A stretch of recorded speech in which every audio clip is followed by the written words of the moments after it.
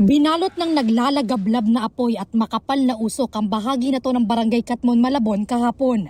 Ang ilang residente nagbayanihan para maapul ang sunog na umabot ng Task Force Alpha. Ayon sa BFP, humigit kumulang 1,500 bahay ang tinupok ng apoy, karamihan gawa sa light materials. Hindi bababa sa 80 truck ng bumbero ang rumisponde.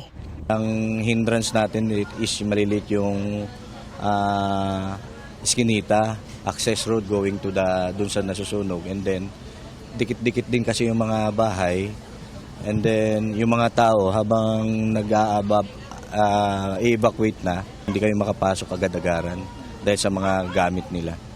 Batay sa ulat ng Malabon LGU, isang pasyente ang nasugatan at ginagamot sa Catmon Super Health Center. Nakaranas naman ng hyperventilation ang isa pang residente. Isang bumbero ang nakagat ng aso habang rumeresponde. Nilapatan siya ng paunang lunas. Isang fire volunteer din ang sugatan. Pasa-pasa po ng timba. Pagkapasa po sa ng timba, bumuhos po ako. May dumaan po na tao na may hawak po na yero. Hindi ko po namalayan pagkapwersa ko po ng tubig. Tumama po sa akin yung mismong yero po. Walang naitalang namatay sa sunog. Mahigit 7 oras ang itinagal bago tuluyang naapul ang sunog, mag-aalas 12 ng hating gabi.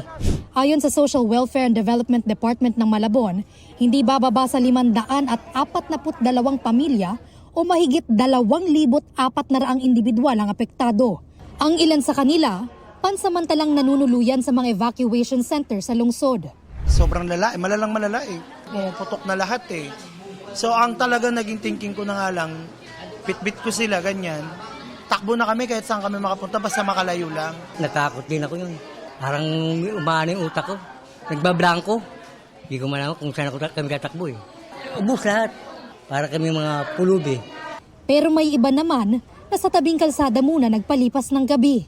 Hindi lahat talaga ng families ay nag-i-stay sa evacuation. Mas prepared pa rin nila na nandoon sila sa lugar kung saan nasunog dahil tinitingnan pa rin kasi nila kung meron silang masasalba. Pero ini-encourage talaga namin sila na magstay sana sa evacuation site. Inaalam pa ang halaga ng pinsala at sanhi ng sunog.